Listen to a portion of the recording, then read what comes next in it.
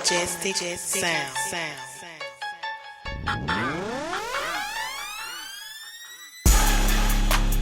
Tell them to say you should go and tweet that. Hey, what up?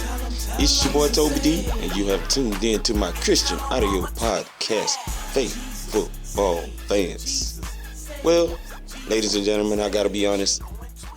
Yes, even though the Falcons are in the divisional round and they had their bye week, I have not really been watching anything media related. I think I've kind of done like Julio Jones. He doesn't get caught up in any of that stuff. Anything going on the outside, just focusing on the game at hand. And that's all I've been doing. Waiting and excited, focusing on the game at hand, going through my everyday, whatever I go through.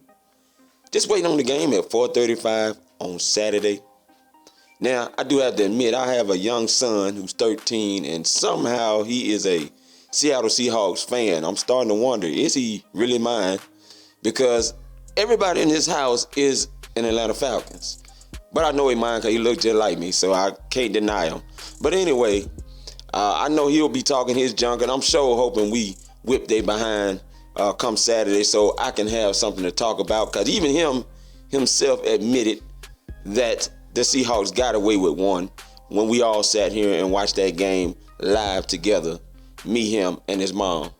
Now, here's the other thing. I'm going to tell you right now. I am still waiting on this play to manifest itself. I've been talking about Mohamed Sanu since he got here, about his ability, and it's no great big secret. Everybody knows it, that the guy can throw the football. And he's had quite a few connecting touchdowns, especially with A.J. Green. Now, my question is, will the Falcons pull that out? Now, Seattle, they're one of those teams that, just like the Falcons, they focus on technique and their ability to pay attention to details. But here's the other thing about the Atlanta Falcons that they know they're going to have to do, and they've gotten even more faster doing. They run a lot faster tempo than they did week 6, and I'm expecting them to know that they're going to have to outdo that defense of Seattle when it comes to their ability to speeding up the tempo of the game. And now that you're in your house, you truly have all the options on your side. Now, I remember Mohamed Sanu running a little wildcat, maybe one play, so I don't want to over-exaggerate it, against the Arizona Cardinals. I almost scored a touchdown off of that play. And I'm wondering if that's going to come back out in this game. These are things that I'm just kind of curious about, because Dan Quinn having that bye week, how did he take advantage of it? Now, you don't want to overcoach, like I've heard Seattle Seahawks say, that you can do it. And this is true, because you can overthink things. But this is like a division rival game. We played against this team quite a few times, and already our second time under Dan Quinn. Let's go back to last year.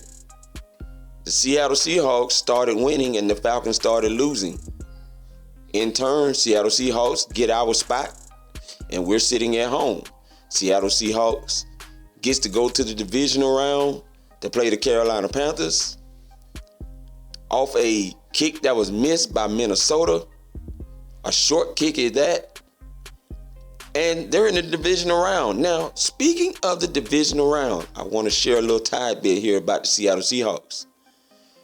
When the Seattle Seahawks have had to take the long route in order to get to the Super Bowl, they faced the NFC South twice in the divisional round after winning their wild card round, against the Redskins, and they came to face the Falcons here in the divisional round, and what happened?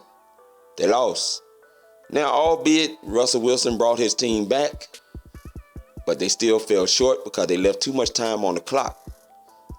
Well, let's fast forward again.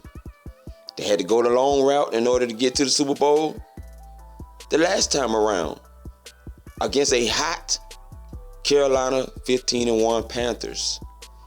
After winning that game against Minnesota, they came into Carolina that divisional round and got smacked upside the head and was getting blown out, albeit Russell Wilson came back, but he fell short in his efforts. And what happened? They lost. That could very well happen again with the Seattle Seahawks. As a matter of fact, what is interesting, the Seattle Seahawks has had to face the NFC South all the first 4 times of Russell Wilson's career. 2 times taking the long route to the Super Bowl in which they lost, and 2 times taking the short road by having a bye week, which the New Orleans Saints and the Carolina Panthers had to travel up there, and they won those games. But like I said, even though history can be changed, I got a feeling Atlanta's going to come out with this game because, let's be honest, we really don't know what Atlanta is going to do. And yes, even though schemes are similar on the defensive side of the ball, I distinctly remember one play against Drew Brees where all the linemen or guys was acting as linemen standing up on that play, and the Falcons got off the field. Dan Quinn can come with anything in this game unscouted. They ran a lot of unscouted looks this year, by the way, ladies and gentlemen. I know a lot of people don't talk about that, but the Falcons, because of the versatility that they have, ran a lot of unscouted looks this season. And the other thing is the wide receivers. They are so confident, aren't they? Turbo Taylor, Jet Jones, and now Hardy Party. And all of them are getting their t-shirt game up, aren't they? They all have shirts out. It's like a competition. It's just competition, period. And it's just so funny. Because you know how Dan always coaches and preaches about competition, especially on Wednesdays when it's Competition Wednesday.